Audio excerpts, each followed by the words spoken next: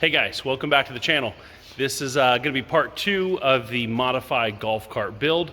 Off camera, I got the all the underside welded up, got some braces put in there. We'll show you what's going on, and then we're going to go over hooking up the throttle and brake linkage today, hoping to mount the cylinder that's going to raise and lower the ramp.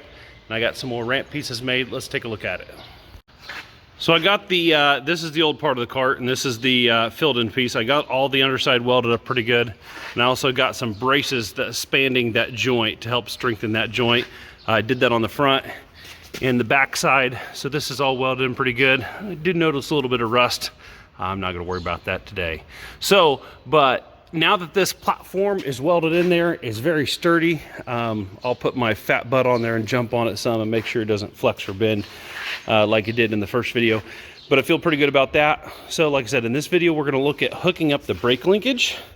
So we gotta get this, we gotta be able to pull on this brake linkage here. And this hole right down there inside the frame, that is where the throttle goes. So I gotta drill a big hole through these two tubes to get the throttle linkage down in there. And then we'll get the linkage to come up to here, to about right in this point, actually right about in here. And I got some bell cranks made that will transfer this motion parallel with the golf cart to perpendicular with the golf cart. And then I have a second set of bell cranks that will go up for the hand controls. So in the last video, I kind of showed you these hand controls, what we're looking at. The idea is you're gonna push forward and it's gonna pull the throttle up, and the brake will be able to be free swing. As you pull it back, it'll let the throttle free swing and pull the brake up. So it's gonna be a single handle control for gas and brake. So that's the idea. Hope it works out. And then I also got the transition pieces for the ramps cut and bent. And so I gotta get those welded on today as well. And then I gotta make some shafts for the main hinge on the ramp.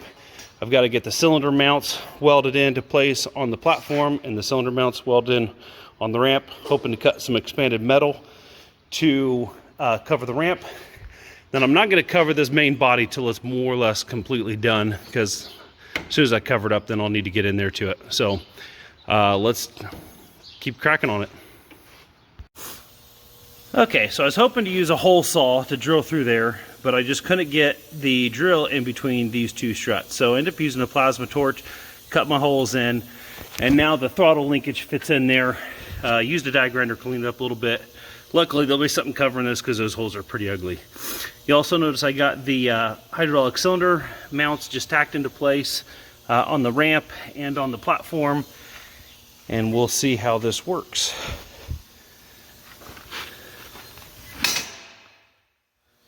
We're good. So the cylinder fully extended basically allows the ramp to come down. I've got to weld these transition pieces on. I'm going to do that now. I'm going to weld the transition pieces on, and I'm going to weld those mounts in permanent, but I like it. It comes down, and when it's fully retracted, the ramp is in a 90-degree position.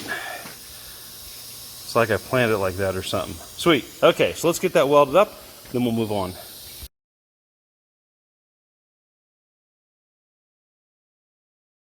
Well, it's certainly not finished yet, but we are driving.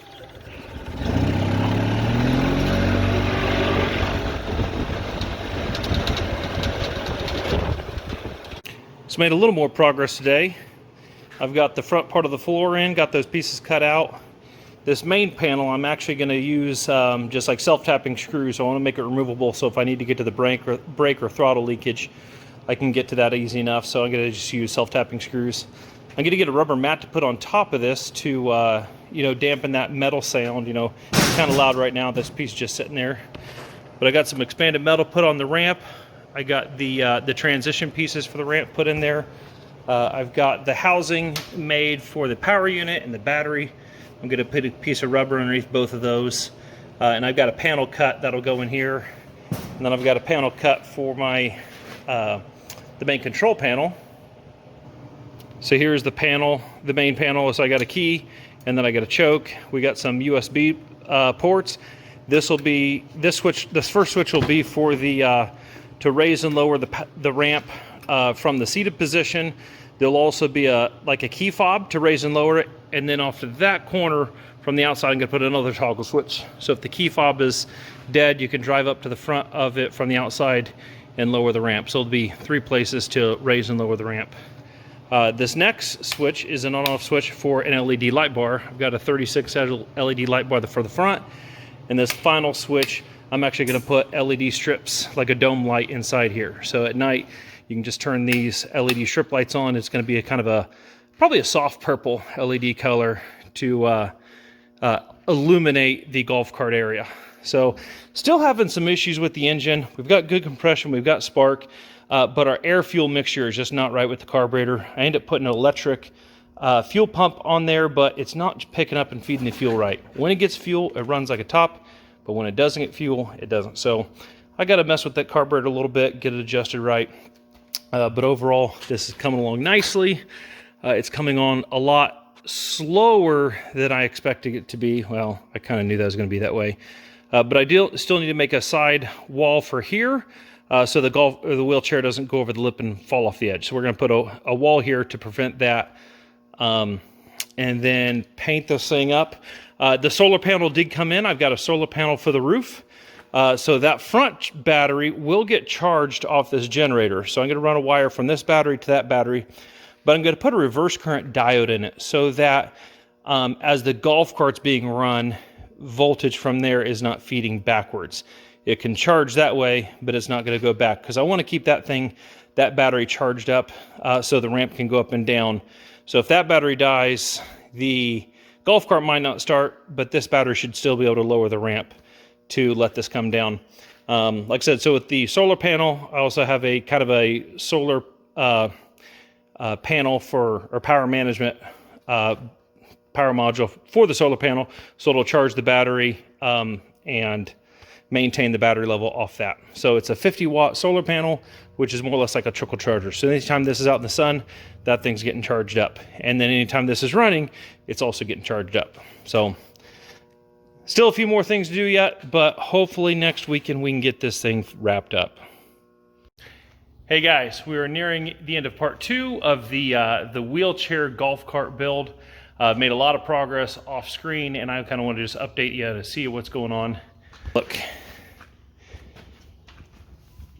So I got the control panel put in, and it is a hot mess of wires, but everything works so far. I got the power unit in. Actually, you notice I got a floor pan basically all tacked and welded in.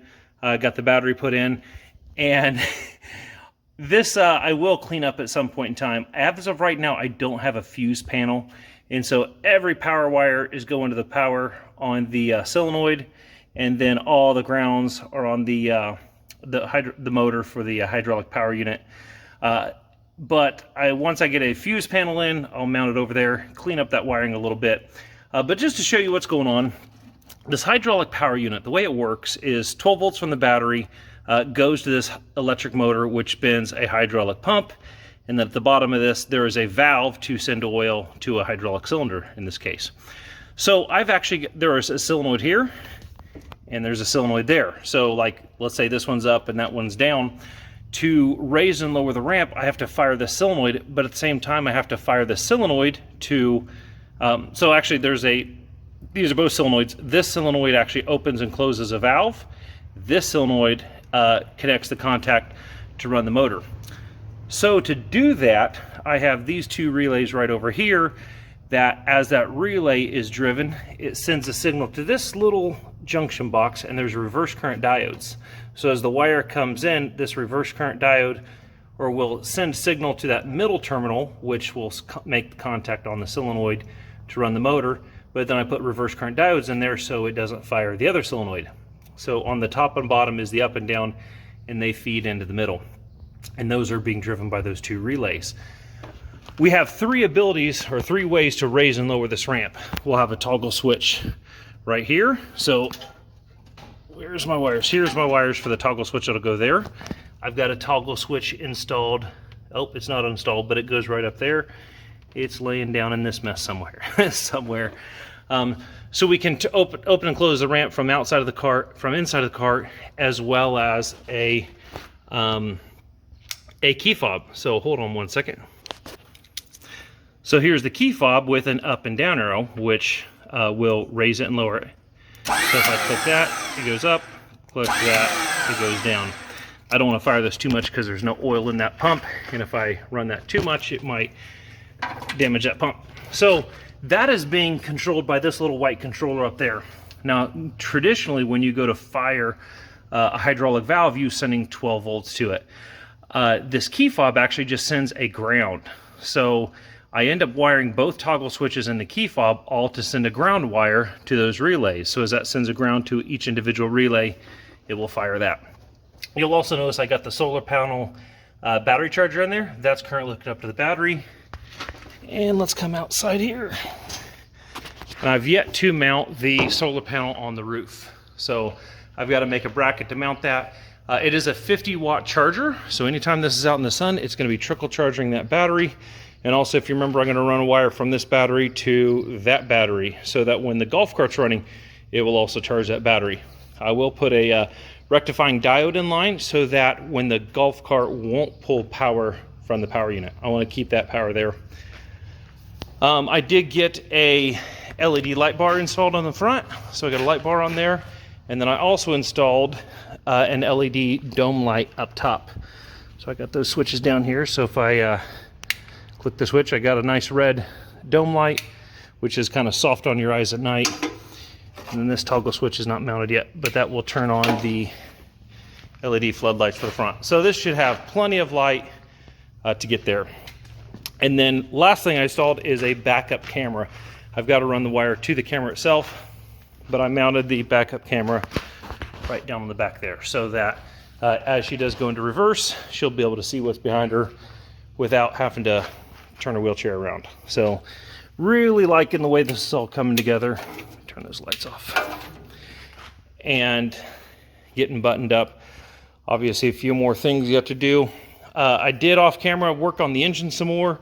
It was running rough. Yeah, I did a little bit of running around with it and then it just quit running. So ultimately that was a new carb, but I took the carb out, cleaned it out just in case, took the tank out, cleaned the tank. I got the electric fuel pump put in there. Earlier on, I actually had a compression test done on the engine, so there was good compression on both cylinders. Put new spark plugs in it, put a new starter generator in it, and then I found a number of wires back here that were really bad connections. So I think between all that, this motor should run halfway decently. So this will probably be the end of part 2. Part 3 will be coming out here in just a few days. It'll be the final button up and the delivery of this. I'm hoping to take this out to the camp next week so she can start using this. Oh, I guess I did mention, as of right now, I'm still using the existing roof. I'm still trying to find a larger roof for this to cover the whole area. This roof does cover where the driver would be sitting. I had to make some new brackets to extend it back. The other bracket is way back here getting painted. So, and actually the panels for the power unit section and the control stand, those are getting painted as well. So they're waiting on being dry. But once I get that done, I've got the floor pan cut and fitted. I've got the rubber mat cut and fitted as well. Here's the rubber mat. It all fits in there nicely. So it's got a 1/4 inch thick rubber, got from Roll King. And it is coming together nicely. I've just got little button-up stuff type things to do. I got to get the hydraulic hoses ran from the power unit back to the cylinder. I got those here. I was waiting on some fittings. Those should have came in today that had British pipe thread in the valve block. So I had to get a British pipe thread to a GIC connector. So, hope you guys enjoyed this video, and stay tuned for part 3. Have a good one.